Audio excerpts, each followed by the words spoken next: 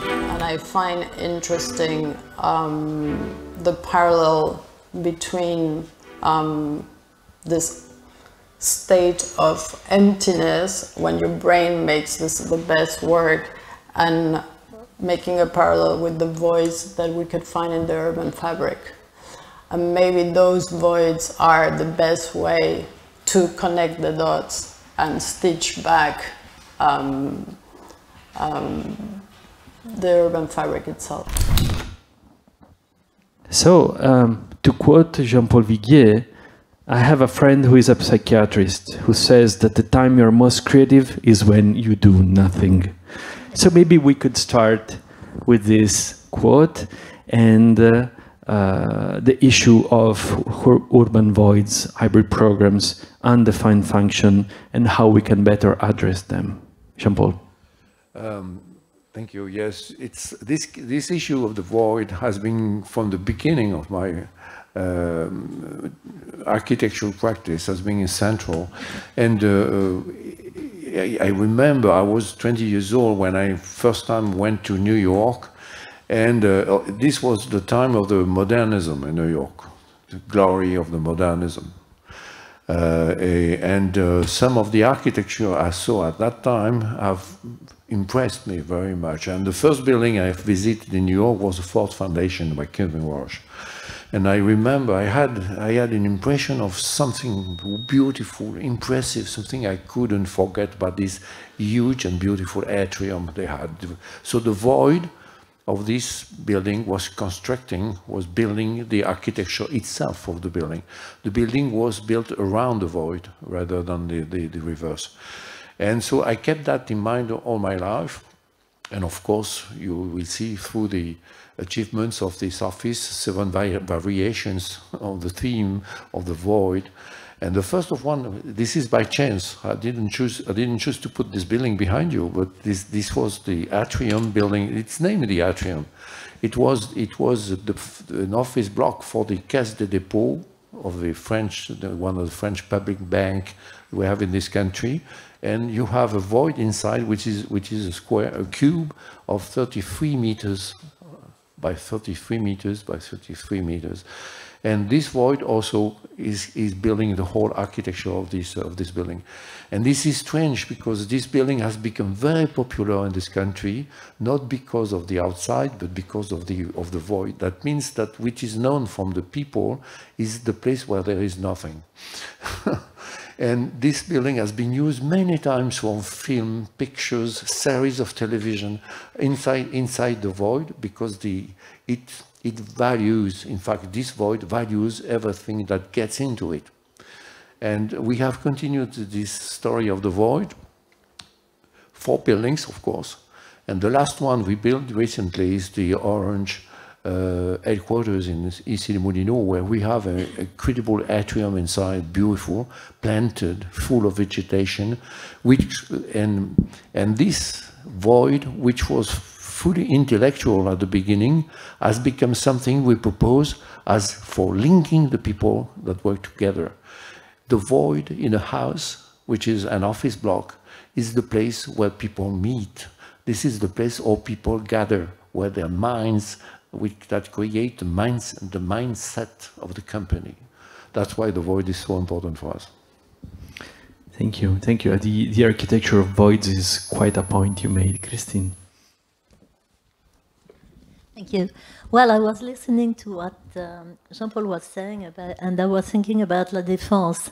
And what I found very interesting when he did the Coeur Défense operation, which is very important, is that before, when I went to La Défense, I used to do like that because I was thinking of the CNIT, which has been the first building in La Défense with a wide also.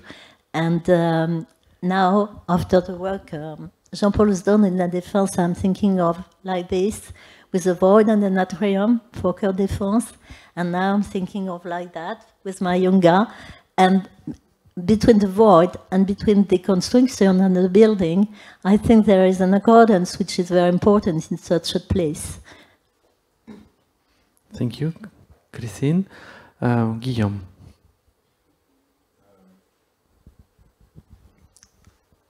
I've been a client to this guy for so many times.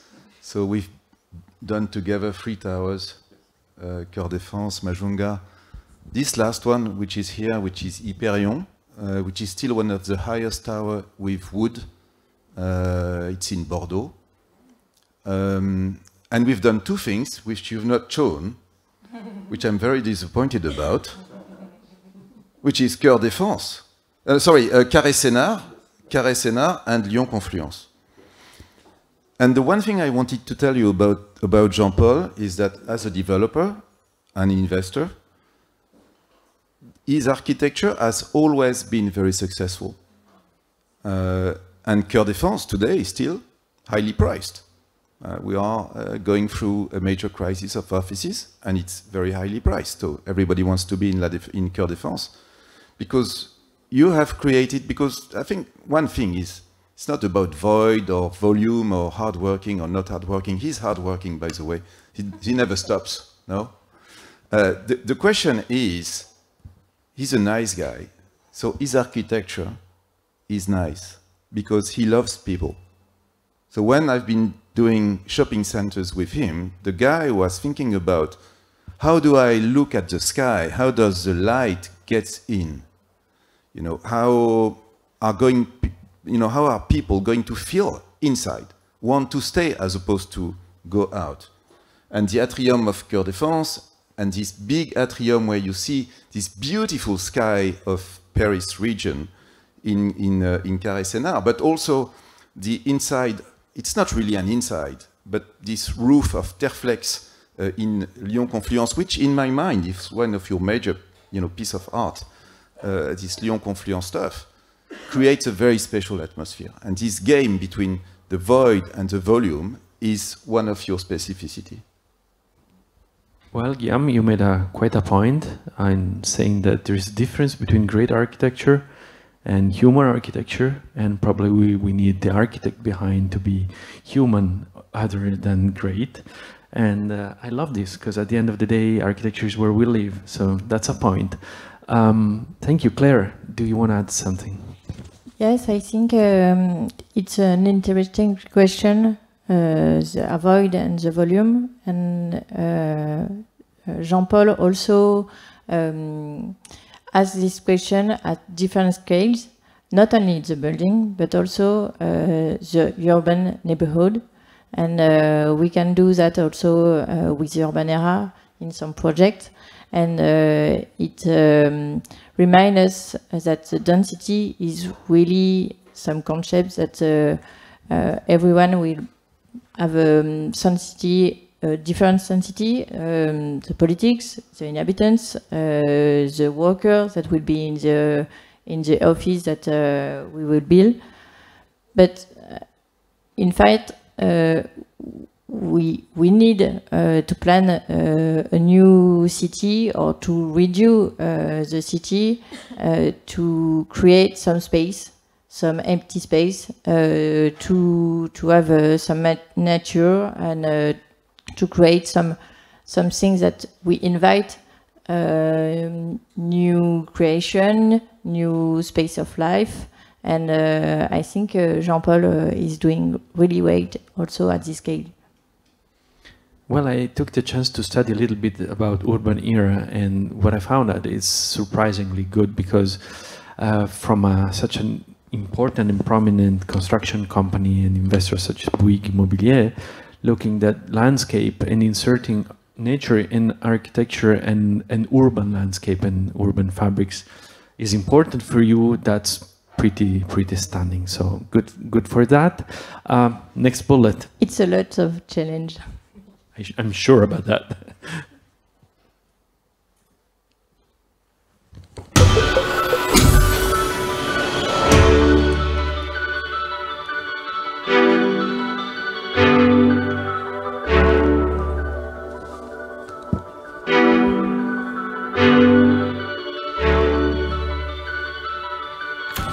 The city in itself, if it's designed to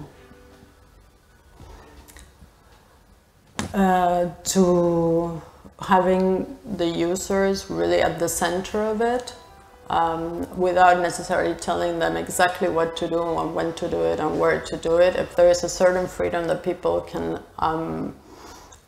identify with and use the spaces as with their own creativity, the city itself could be a very positive experience, and it could enhance that feeling of belonging. Okay, so we made this question very simple in the way we put it. Is a smart city or a happy city? It's like a child question. But I think the answer behind is very complex, because we ask the indicator tracking the community level of satisfaction and the relationship with administrative policies and the urban planning choices that make the city difference. That is what brings a smart city towards a happy city. So at the end of the day, probably it's not such an obvious question. It's a quite hard question. Guillaume, would you like to start? The key question is, what is happiness? What do you define as happiness? And I think it depends from people to people. Some people want to live near a park. Some people like activity, going to a bar, a very small French cafe, drinking a ristretto, because now we drink Italian coffee here. And so there is not one model. I think the nicest cities, or even among the new stuff, are cities that can accommodate very different things and can evolve, because things are changing. Look at the office. People don't look like they want to go any longer in all types of offices. They want to change. They believe that offices are places to actually share things as opposed to places to produce things. We used to see offices as factories of services, factories to produce things. Today, my clients are telling me I no longer want to add workstations for producing things. You need to offer offices for sharing ideas, co-producing stuff, being together, commingling, sharing energy. And that's very different from the way we used to work. So we are today at an angle.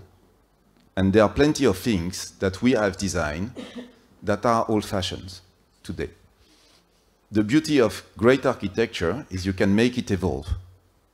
And I think the happiness is also our capacity to evolve and to adapt to new ways of consumption, new ways of working, new ways of having fun. So we need to build large floor plates, but things that can really evolve. That's my definition of a happy city. Thank you. That was quite a large perspective approach, which I like. And Claire? During some times, smart building was reduced to data and technology for in the building, in the mobility, and a lot of measures, indicators, and flow and energy, and a lot of stuff. That is, I think, was a good point, but I think the user now wants something more. It's not happiness, it's not, they want some freedoms, they want some stuff that we cannot measure with energetic and indicators specific. I think it's not a goal, it's a mean. Technology can help to build better city, but it's not the mean. The mean might be about nature, about fun, about freedom, about to have possibilities and to evolve in it. It can be in the houses, it can be at work. For the houses, for every houses we need to build parking. Now we want to develop more spaces for bicycle. This is a some mobility that is really changing and changing really fast, faster than the building, and we need to evolve with this evolution of the society and the wants of every consumer. But we also need to address the city as a local component and not a simple and unique model for everyone and for every places.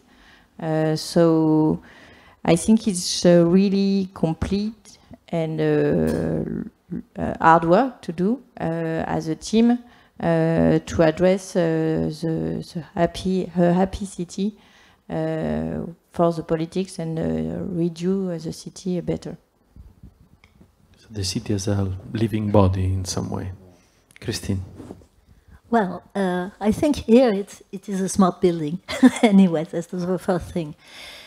Considering data to consider this degree as the level of satisfaction of the community, to me, it's more important to consider the life of an area in the city.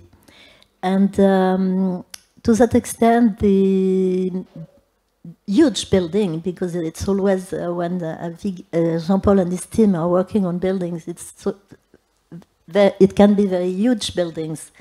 And this is for them, I think, a way of getting anchored into the city, and also to experiment and to improve. And what they do more than building are unique pieces of architecture and urbanism. And several buildings that have been made are in that consideration for the pleasure of living in an area, and 3 of them are important. I would talk about 3 of them. The one is the Safety Trust Center in La Courneuve for La Banque de France, which was on the wasteland of Béboc Foundry, and it was a building which had to deal with high security, really very high security. There was a motorway. And there is the huge building, which is white, and there it was quite an hermetic building, but the point was to get light in this building for the comfort of people who were there. The other extent was to restore 2 parts of the old factory and to integrate it in a very connected piece, which is a urban piece for that place, but also a place for all the area, because it is related to the development of a a part of Seine-Saint-Denis, which is connected to the Greater Paris area, and everything has to be considered in this project. And there is also something to deal with the employment, local employment, and to me it's really more than architecture, but the architecture and the urbanism and all the ideas this team has made in this building is very important for the atmosphere you feel when you go there now, which is utterly different than what it was before. So maybe I don't want to be too long, but I could talk also about bridge building in Issy-les-Moulineaux, and also of the Archipel building for Vinci, because in both cases you get a new way of living in an area because of the architecture, because of the ideas that have been made in this building, and to me that is very important to consider. Thank you, Christine.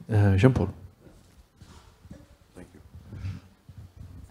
Well, it's a central question. Yes, are you happy in the city you live in? Well, and how do you design cities that make people happy?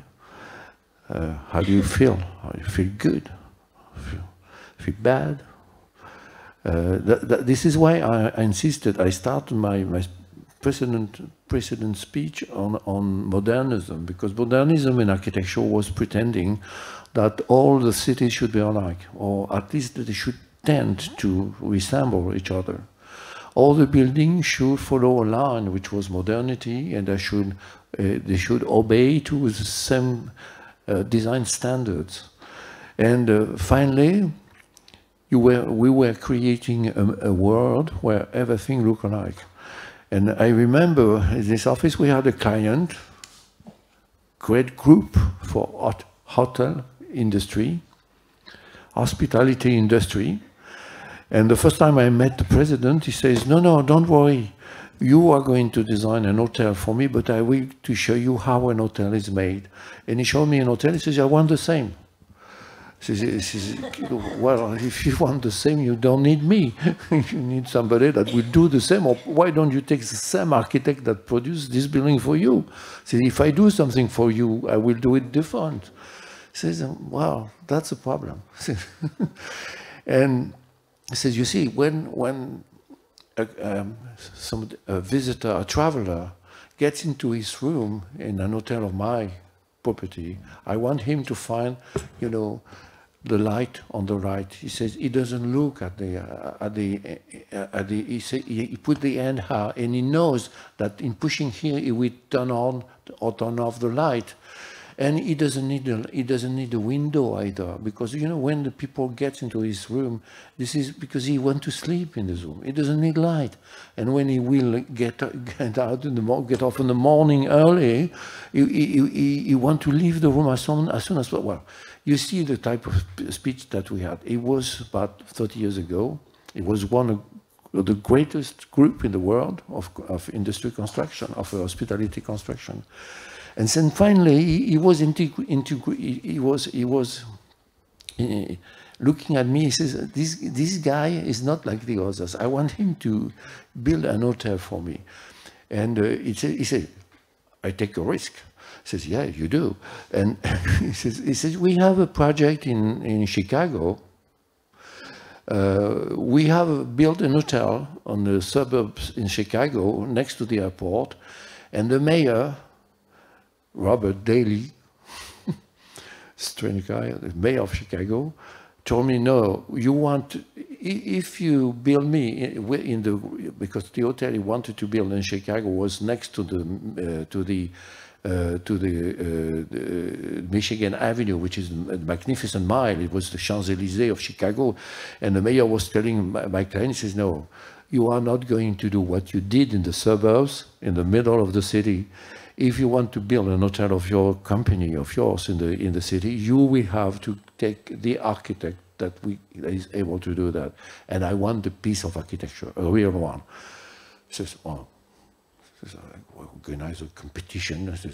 So he, for the first time of his life, he organized a competition for architecture. I participate. I was invited, and I've designed the hotel that you saw in the entrance, which is not permitted when you do an hotel. It's a triangle. You never accept a shape which is a triangle in an hotel, because you guys is, when I design a guest room, I do not have triangles. How can you put a bed in a triangle? We see. and the hotel is leaning out toward the city. He says, it is going to fall out, to fall down. How are you going to hold this cantilever? It's impossible. He says, yeah, we're going to do it, and etc. So we had a lot of misunderstandings, but he was always accepting, because he was feeling that something special and new was going to happen. And we have designed this hotel, which is the Chicago Water Tower, which has become an architectural icon in the city of Chicago. It's listed now 80 in the list of the 1,500 favorite buildings of the American people in the United States. And it was in 2008 that this hotel has been completed, and it is 100% full all the time. And this is the guy came to me. He says, "Well, I don't understand how you did that, but it's not bad, finally." And so you see, something has to break, something has to change in in the way you approach problems, in the way you design, in your way your methods of working, and Laura in the film says that beautifully. She said something has to change, and modernism was pretending that things should not change. They should obey a certain number of rules and criteria that they should follow all the time. And I think today, and this is interesting that you have entitled the question uniqueness of the city. What the people like is the difference. Is that when they come to Singapore and then they go to Tokyo, and then they go to, if it would be possible, to Moscow, and to New York, and to London, they find different people, different ambiances, different cities, and it is what stimulates people. The people like in the urban setting to be stimulated and to see things that do not resemble the city, the next one. And this is the same thing for architecture. You see, in this office, we never design a project we resemble the previous one or the following project. All the time, what we take into account is the context of the design, and the context leads the design. And as the context changes all the time, the design do the same. Yeah. That's wonderful. Next bullet.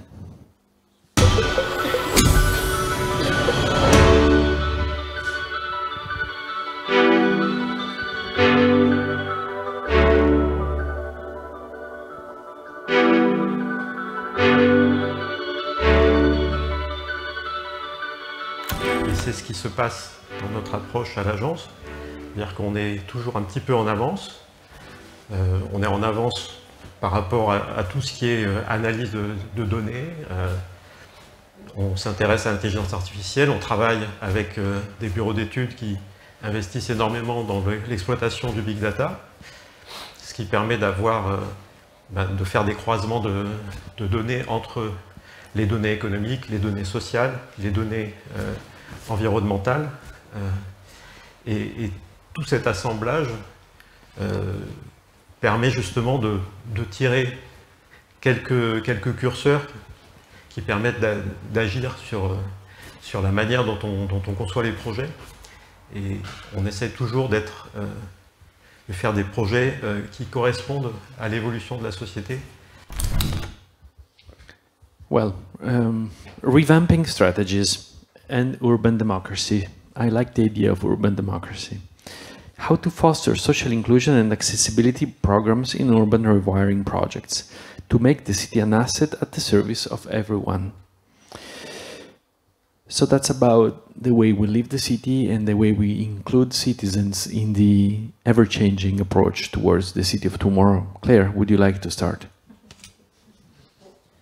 Complicated question. I think it's a lot of challenging, and it's increasing for now to build the city, because there is a lot of injection, there is a lot of constraints, economic one, political ones, and environment one.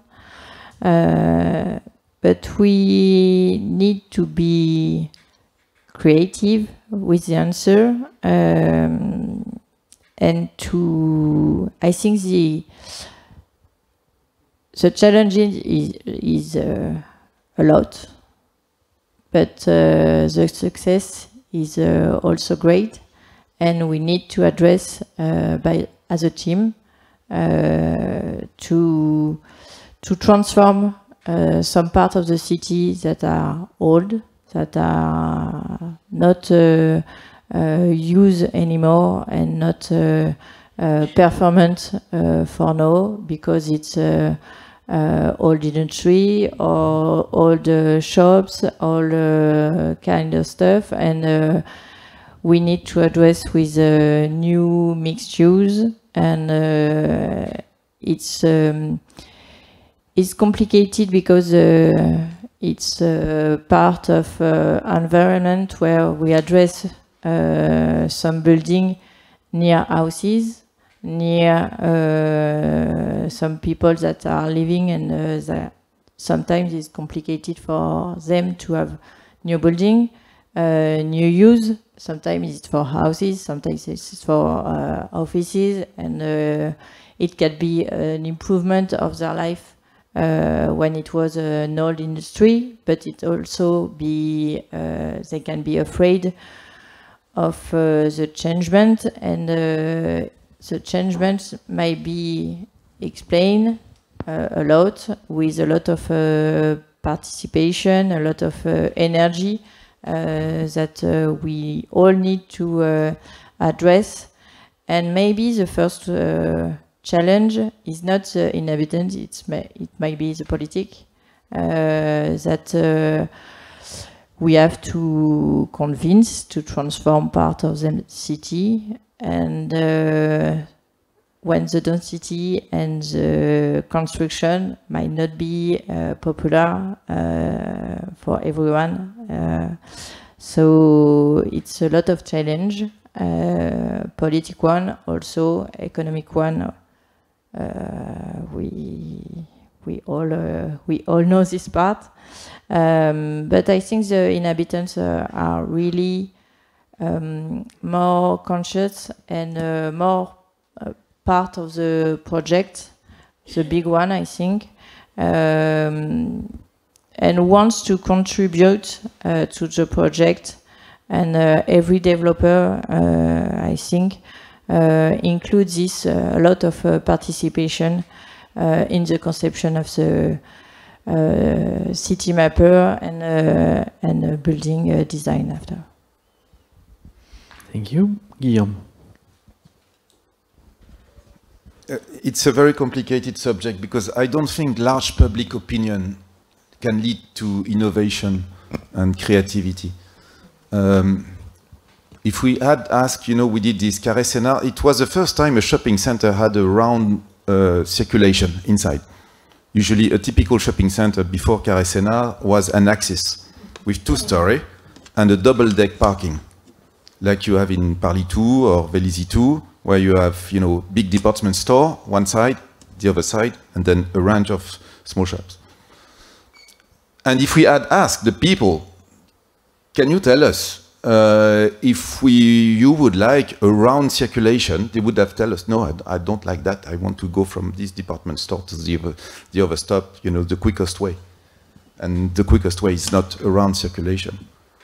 So I think creativity in architecture and urbanism come from, first, a small group of people confronting their ideas, like we did for Coeur Défense, for the 3-meter ceiling height, first time in Europe, like we did for the atrium and the sport club and all those stuff that we had created in La Défense, and the 30-meter atrium, which was unique. And all this came into the brain of the architect, and then obviously the developer is here to make sure it works financially and it works for his client, and he's going to be able to let this building.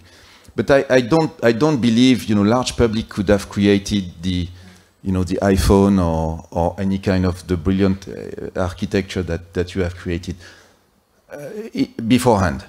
And so it's democracy is.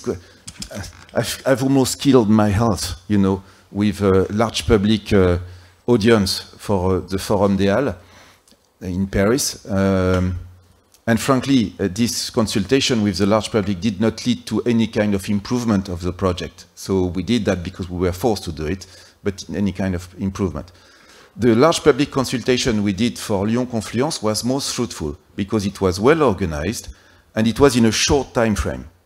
So the people that would come came with a positive mindset. They came to improve that, and they told us some nice things about the way we should design this stuff at Lyon. But I think it's more like a small group exercise in the end.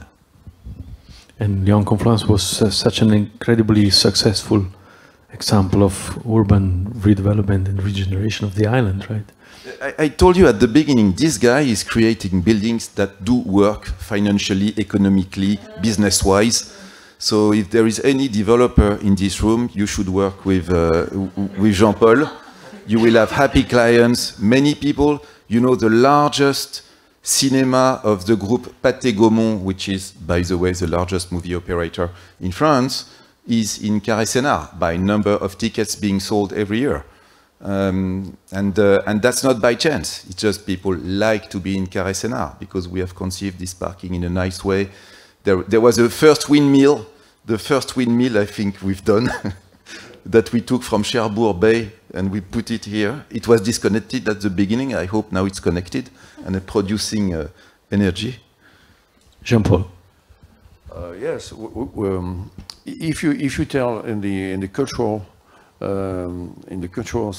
milieu where you say that this architect is successful among the developers and he makes them winning money a lot, and it is successful among the public, the people here, some people may think this is not a good architect. A good architect is an architect that does something which is not successful. He's not happy himself. He's a guy that has problems, that drinks a lot. He goes to the bars often at night, and he doesn't know what to do. And he's an artist. He's profoundly an artist. And so this guy cannot be successful with the developers. It's impossible.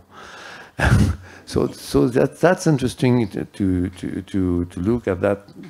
And I had to face often this type of attitude towards my colleague, for instance, or for instance, I remember all the time this award I got from New York.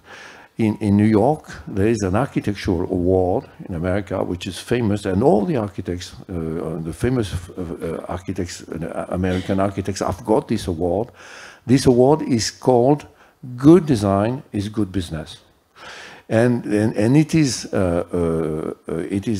bestowed that award by Architectural Record, that was the main architectural reviews at the time in America, and the magazine Newsweek, the economic section of Newsweek, to show that you can meet two. So that means that this is not because you are successful that the architecture is not good. You see, and I still have I can show you. I'm not lying. I will show you It's a big piece of glass like this that I have in my office. It's so heavy that I cannot carry around in the office, but it's my office upstairs. No, I think, and democracy, it's an interesting question in architecture, because you cannot now produce a significant project in the city without discussing with the people. You have to have, at some point of time, a meeting with the people, an exchange of the population. But you have to prepare that exchange, and that's why the Lyon meeting were successful, because they have been carefully prepared. And in America, again, I'm sorry to take examples all the time in America, but they have, before a project is starting, they have all preparation that they call urban narrative. That means that they tell the story of the place. They consider that each place is different than each other, and they tell a story. And they start by studying the place, trying to find what kind of cultural differences that place are compared to the others. And you start the project with a whole bag of elements of cultural, territorial, environmental indications that you have before you start designing the project. So you are sure that you are going in a direction that will meet at some point in time the people. And when you meet the people, you prepare yourself, and you have prepared your design to satisfy, to a certain extent, the people that will look at it. It's not a compromission. It's a type of it's a way to look for a connection in between the context and the site and the architecture you produce, and the cultural context you produce this architecture. Thank you, Christine. Okay, well, it's a difficult subject. Well, I belong to people who think that when you have to do something, it's always better to hear what the specialists have been thinking for a long time, because there is a reflection which is important and which seems to me extremely important in things like towns and architecture, because I always says to architects, I'm not architect myself, but I always says, if I make a mistake on a book, it will be very tiny like that and nobody will know. But if they make a mistake, it's a huge mistake and it can be terrible. So the idea of democracy obviously is interesting, but I think also, like Guillaume, that it has got to be very organized and very well planned, because there is an idea today that everybody can say something about something and all that lot, and I wouldn't not dare saying something about physician, you know, because it would be really just stupid. So this is a point that has got to be important, I think, because to build a town which is connected, which has got to consider urban planning, landscape, the pleasure of people in the city, but also to deal with discrimination to avoid. Because, for example, all the business which is done nowadays about mobility, to improve mobility, which is quite incredible in the great area of Paris at the moment, is very important to not to leave people without social exchanges and all that lot. And this town, which is extremely connected today, more than ever before, because of new means of technical means and data, has got to be a city which is which needs to be thought of very precisely. That's a good comment. Thank you. Last bullet. Thank you.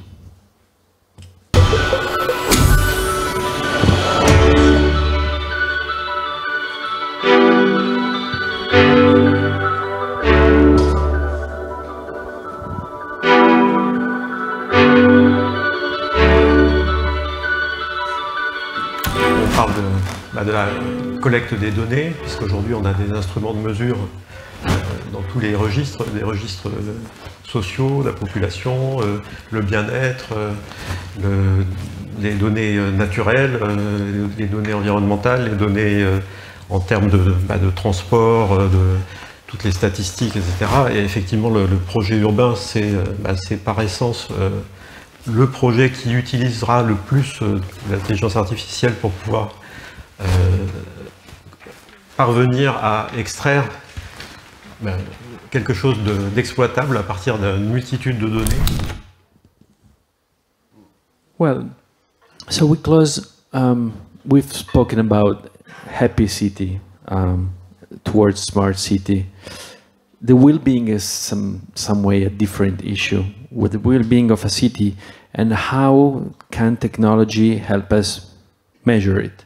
So the idea is the monitoring, the measuring of certain key indicators like sustainability, resilience, towards the ability of a city becoming an autonomous ecosystem. And as we discussed before, probably also the ability to create a balance between modern and heritage. That's the idea. Jean-Paul, if you'd like to start. Yes, just to complete the Christine declaration, I would add that medicine doctors bury their mistakes and architects grow ivy on them. This was a famous sentence.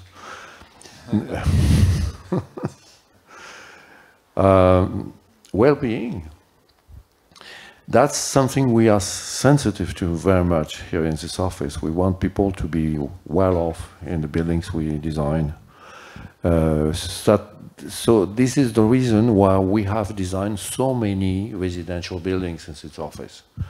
Because we think that when you design an apartment, you enter the private life of a family or of a person. You take into account their desire, their taste, what they like, what they dislike, the way they want to live, etc., the relationship they have in between them and to the family. So you have a special relationship with the people in designing residential architecture. And in this office, for its creation, we always have a residential project on the table. And at the moment, many of them. And what we do, in addition, right now, is that we take old office building. You know, there are many that are abandoned because we have, I think at the moment, I heard a figure for the Paris area, we have more than 5 million square meters empty. And Guillaume will confirm that office building spaces at the moment around Paris area. And so what we do, we try to take offices building abandoned because they were badly located, because they were badly designed, because they were not interesting, because they were ugly, and to take the structure, that's about 40% of the construction cost, to keep on with the structure and to transform these buildings, to refurbish the buildings, not only to refurbish these buildings, but to transform them deeply in depth, so that they become residential buildings. Well, you have one of them there, which is this model. This building was the school for telecommunication in France. It had been abandoned for 10 years. It's just 10 minutes walking from here, just across the Blanqui Avenue. And it was when we look at the building, we say, oh, what can we do with that? It was so. And we have created out of it a very nice apartment building with terraces, adding 2 floors, adding terraces, planting all over the place, and creating green spaces on the terraces, and it has become a very nice building. And this is also something that we do because we are convinced that the people will be well off in this building. They will like the building. They will be happy in this building. But the problem with the wellness is that you cannot measure the wellness. Well, you have no indicators to measure. A company in New York tried to do that, and they create a certification which is called WELL, the WELL certification. And so nothing more complicated than to say it is to give grades, to give marks to the whether you were well off in the building or not. And so we did, at some point in time in this office, we said, okay, we're going to try something as far as the wellness is concerned. We would try to apply this concept of wellness to places where people are not well. That means to have some kind of paradoxical approach. Transform a constraint into something good. And we say that's the case of when we design a hospital. When you design a hospital, the people that come in are in bad shape. And if you take these persons and these patients and to have them in a hospital, the question is, can you design something that will help the people, the patients, to be more healthy, to heal rapidly, to be in a condition where the staff of the hospital and themselves, they will create a relationship that will help them to heal rapidly. And we have designed 2 hospitals like that. We have designed one in Castres, which is a general hospital. It's in wood, and it's around. It's a round shape, and with a lot of attention to the light, to the materials, to the form, to the colors, to what makes the life of a patient in a hospital bearable. And we did that, and recently we did that again in even worse, I would say, situation, which is the cancer treatment hospital in Toulouse, where the people are really in bad shape when they come to that facility. And in creating, I think you've seen some images. We have put the hospital in a park. We have open terraces and galleries so that the patient can exit the room and be like if they were in the nature, and call the nature to come into the hospital to help the people to heal. And so we are trying to do that. And there is a famous architect, Anne-Marie Adams.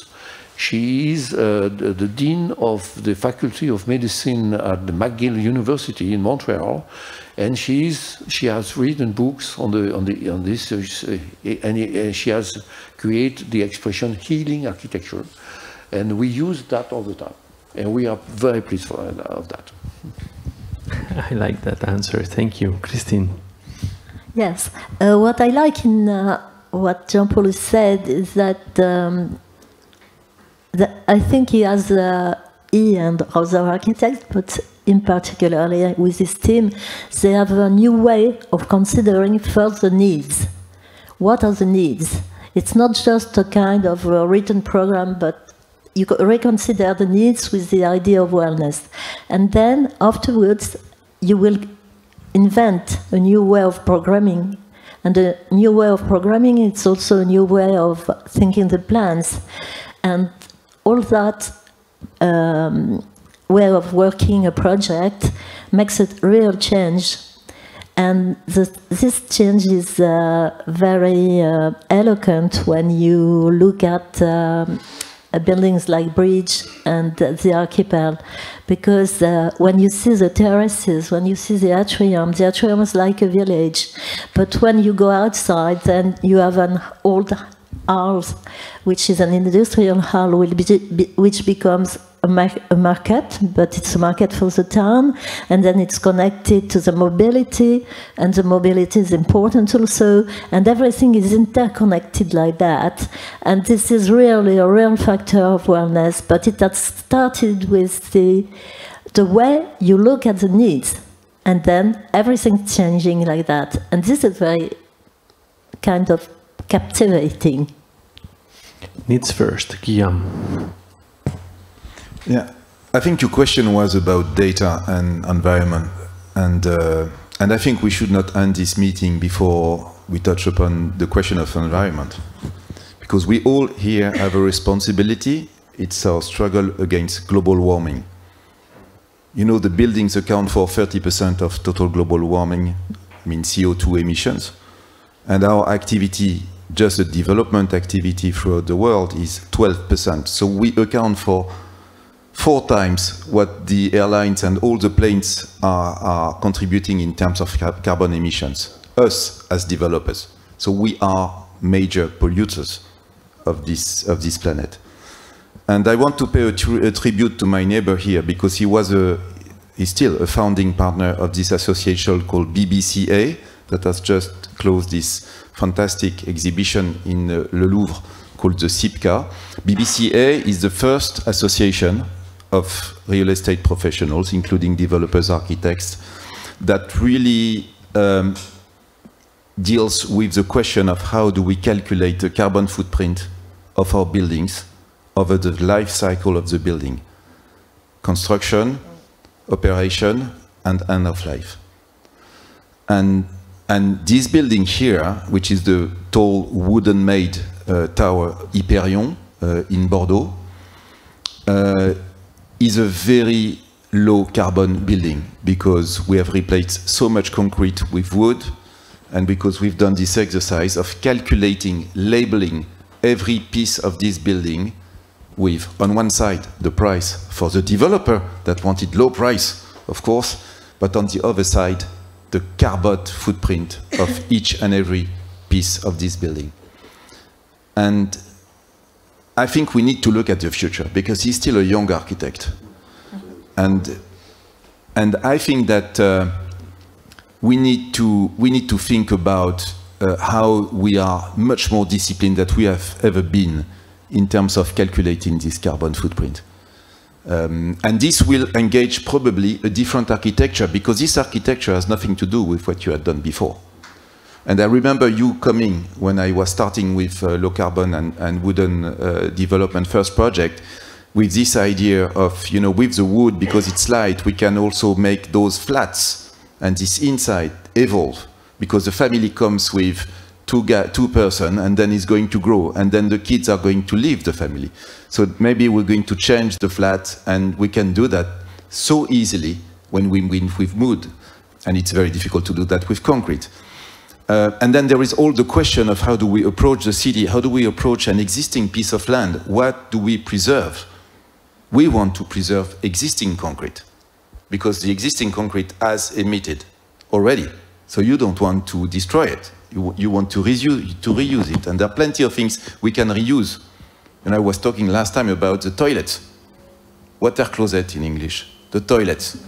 Every time we buy a building, we want to destroy it, and we destroy the toilets. How stupid are we? Do you think there is new toilets better serving than old toilets? We should keep all the toilets. I see architects here looking at me. We should keep all the toilets for the future buildings. And we're going to save a lot of energy, a lot of cost, and a lot of carbon emission. So thank you, Jean-Paul, for being next to Jean-Marie Lutilleul, next to Denis Vallode, among the founders of this association. It's a great hope for all the new generation of people. Jean-Paul, would you like to add something on this? No, I think we have met the main issues. Laura used in this report there when she used the word of serendipity, and this is very fashionable. Serendipity. This is a word that a few years ago nobody knew about, but now everybody uses serendipity. Serendipity is a very interesting concept. It says that you cannot. Things change, and you are not prepared to know everything about all the time. You have to be prepared to face unknown things that you did not think they were going to come, and that you shouldn't be afraid of that, and you should be, in the contrary, excited by the things that are new, that you never met before. And architecture should integrate that. That's what we try to do to a certain extent. That is to do something each time, yeah, that you did not envision before, or something which is new, and that brings pleasure to you, excitement. Because when you live in the city, finally, that's what you are looking for: excitement, new things that you, and also the relationship to the others. You have to find peaceful relationship to the others, and that's one of the problems in this country. Is that at the moment, relationships are not peaceful in between the people. That's why we have to increase our efforts in the architecture we produce to create that feeling of peace within the built environment. Claire, would you like to add something on this? Complicated after all the messages, but I think it's really important, as Guillaume says, that we have a responsibility, and the carbon footprint is really important for the act of building. At the scale of building, but the new part this year, new announce is also that the carbon footprint will extend to the scale of neighborhood, and also to the scale of exploitation building, not just development one. So I think it's really important to have the whole process, big scale and living building. I would add something maybe more lighter, not not as a statistic and data, but I think for us something that can't really matters for our building, our neighborhood. Some indicators can be that when families they choose first time one neighborhood, our house we are proud of, but it one time we can say that it was an opportunity for the place, location, the price, but the better indicator for us that neighborhood have a success is when the choice is made a second time, when the family is growing or reducing and they want a new flat, they choose the same neighborhood. I think for us it's a lot of success. That means it's growing, it's the well-being that we cannot measure for strict indicator is really happening with some families stories and can take place in the neighborhood that we design together. Thank you, Guillaume. You were willing to add something. I was listening with attention. Wonderful. Okay, thank you all for your thoughtful consideration, and I think it's good now to wrap up the conversation. So I would like to thank you. We have discussed the topic, the city as a workshop of uniqueness. That was a good title, I think, with Jean-Paul Viguier, Guillaume Poitrinal, Christine Demoulin, Claire Monfront. Thank you very much. Thank you all for having been with us here and who is remotely connected from around the world. Next episode of the Architect series will be in November with Aji Architects in Kuwait City. So stay tuned and thank you very much. Thank you.